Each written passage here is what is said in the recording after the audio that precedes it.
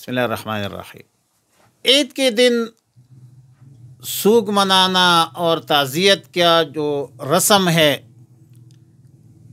یہ بعض علاقوں میں ایک رسم بھی رائج ہے کہ جب کسی کے ہاں فوتگی ہو اور اس کے بعد جب پہلی عید آتی ہو تو لوگ اس دن میت کے گھر والے سوگ مناتے ہیں، غم مناتے ہیں، عمدہ کپڑے نہیں پہنتے، اور جو عید ہے، خوشی کا موقع ہے، اس پر خوشی کا اظہار نہیں کرتے، بلکہ وہ میت کو یاد کرتے ہیں، غم تازہ کرتے ہیں۔ لوگ بھی تعزیت کے لیے دڑا دڑ آتے ہیں۔ یاد رہے کہ لواحقین کی طرف سے میت کی پہلی عید پر یہ سوگ منانا، تعزیت وغیرہ، یہ شریعت کے خلاف ہے۔ یہ قرآن و سنت کے تعلیمات کے منافی ہے۔ اس لیے یہ موجودہ جو تعزیت ہے، عید کے دن پہلے عید پر لوگ آتے ہیں، تعزیتیں کرتے ہیں، دعائیں کرتے ہیں اور لوگ اپنے میت کو یاد کرتے ہیں، یہ قرآن و سنت سے بالکل منافی عمل ہے۔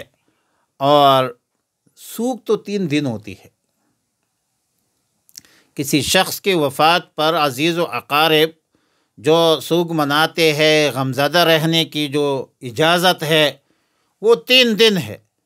3 دن کے بعد جو ہے وہ معاملہ جو ہے پھر وہ تعزیت کا سلسلہ ختم ہو جاتا ہے، اور پھر دیگر اپنے مسائل جو ہے اس میں بندہ مصروف ہو جاتے ہیں۔ تو تعزیت کی مدت جو ہے وہ تو 3 دن تک ہے۔ شریعت کی تعلیم یہ ہے، اور اب عید آ گئی، خوشی کا دن ہے اور آپ اپنے غم کو دوبارہ تازہ کرتے ہیں، یہ شریعت مطہرہ کے موافق نہیں ہے۔ اس میں بہت احتیاط کی ضرورت ہے۔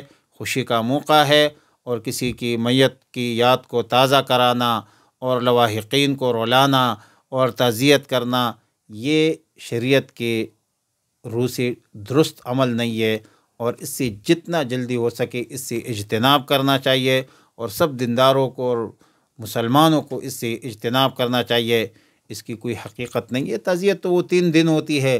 3 کے بعد اگر کوئی دور سے مسافر آیا یا کوئی باہر سے بندہ آیا، اس کے لیے تو علیحدہ بات ہے، لیکن وہ تعزیت کا سلسلہ پھر ختم ہو جاتا ہے۔ وصلی اللہ علی النبی الامی الکریم۔